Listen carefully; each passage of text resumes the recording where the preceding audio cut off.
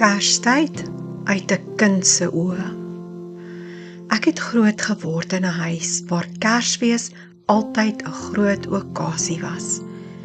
Dit kom van my ma se kant af, want ek weet my pa en sy enigste familielid, sy ma, nie juis die feeste op so 'n glansryke manier gevier het nie.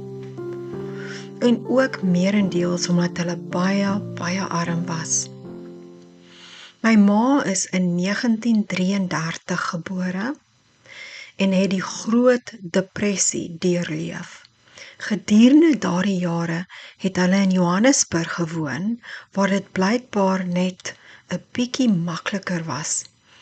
Deur die genade het my oupa altyd 'n werk gehad by Johannesburg munisipaliteit, 45 jaar diens.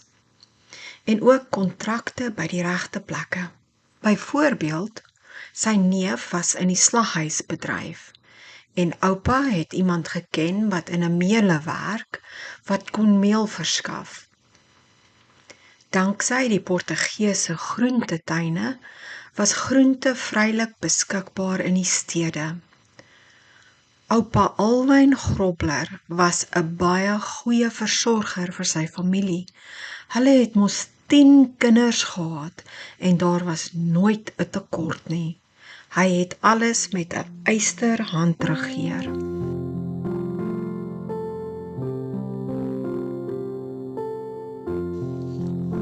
Daardie jare het die Kersfeestyd se voorbereidings al 'n hele paar maande voor die tyd begin.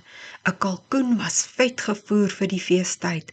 In die hoenderhok altyd 'n hele paar vet henne wat geslag sou word vir Kersfees.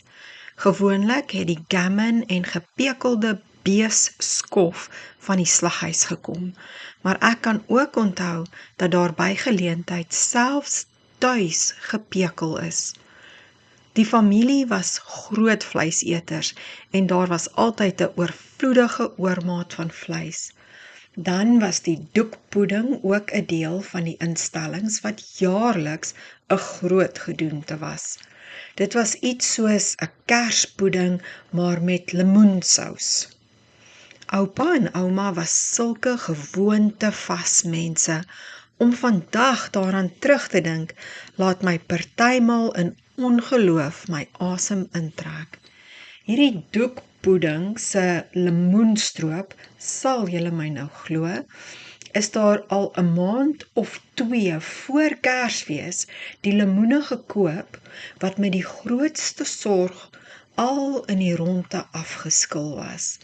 Dan word die skille en die spens opgehang om droog te word vir wanneer die pudding gemaak moet word. Ek onthou die vreeslike hoeveelheid deeg wat gemeng was en dan in 'n groot kaasdoek geskep is.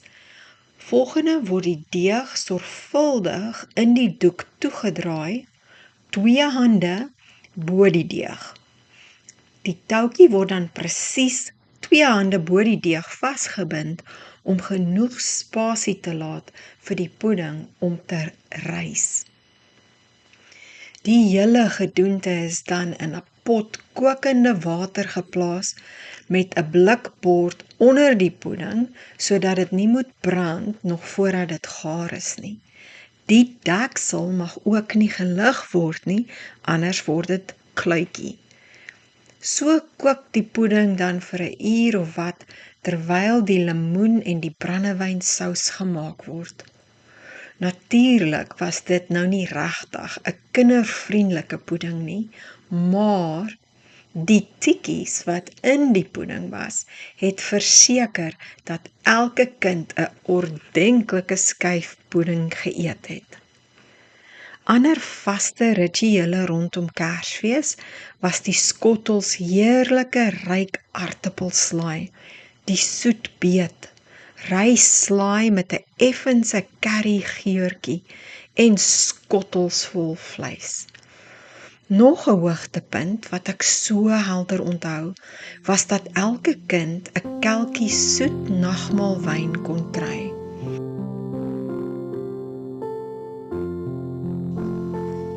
Daardie jare het Retro vismeer in 'n pragtige klein glasie gekom.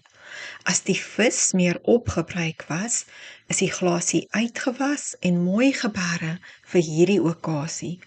Ons was op enige gegewe tyd 25 kleinkinders en so tussen 18 en 22 grootmense. Almal het gemaklik op oupa Alwyn en ouma Dina se Brixton erf in Johannesburg ingepas en saam gekuier. Dan was daar ook gereeld die onderonsies tussen die klomp susters met hulle mans. Al die skoonseuns onder leiding van oom Nick. Hulle broer moes altyd iets gaan koop en die uitstappie het meermale in High Street se Brixton kroeg geëindig. Die woedende susters moes dan hulle mans op so 'n stil manier onderhande kry, dat oupa Alwyn niks daarvan kon hoor nie, want anders was die duiwel los. Ek moet ook bysê, die Rontes brandewyn is alleenlik deur oupa self geskink en niemand het uit sy beurt gedrink nie. Net dieselfde vir almal. Selfs lank nadat ons uit Johannesburg getrek het, was daar nog 'n jaarlikse uittog terug huis toe vir Kersfees. My ma het vir my pragtige mooi rokkies gemaak en vir die seuns mooi klere gekoop. Dit is dan alles weggebere vir die jaarlikse groot Kersfeeskuier in Johannesburg. Die kopery het gewoonlik gepaard gegaan met 'n groot bakleierery tussen my pa en ma, want pa het altyd gekla dat daar nie soveel geld is vir al die klerekopery nie, en dan het ma gehuil dat sy nou nie by haar susters wil afsteek nie, totdat sy haar sin gekry het. In retrospeksie dink ek, dis hoekom my twee broers dit soos die pes gehaat het om hierdie jaarlikse kuier mee te maak. Dit was ook nie lank nie of hulle het botweg geweier om in Johannesburg te gaan kuier en het altyd by die huis gebly. Hierdie groot familie Kersfeesgewoontes is oorgedra na my pa en ma se huis. Jare later het ons dieselfde Kersvierings gehad by hulle. Die tradisie is weer aan ons kinders oorgedra. My pa het self 'n hele klomp jare vir munisipaliteite gewerk en elke jaar het sy werk vir ons 'n groot Kersboompartytjie gereël. Dit was net so 'n groot okasie, nuwe klere en al. Ons was gedressed to the T. Dis nie altyd maklik gewees om dinge 100% reg volgens die tradisie te doen nie. Tye verander en ek dink dis hoekom ons later jare verslap het op al hierdie goeie en lekker gewoontes.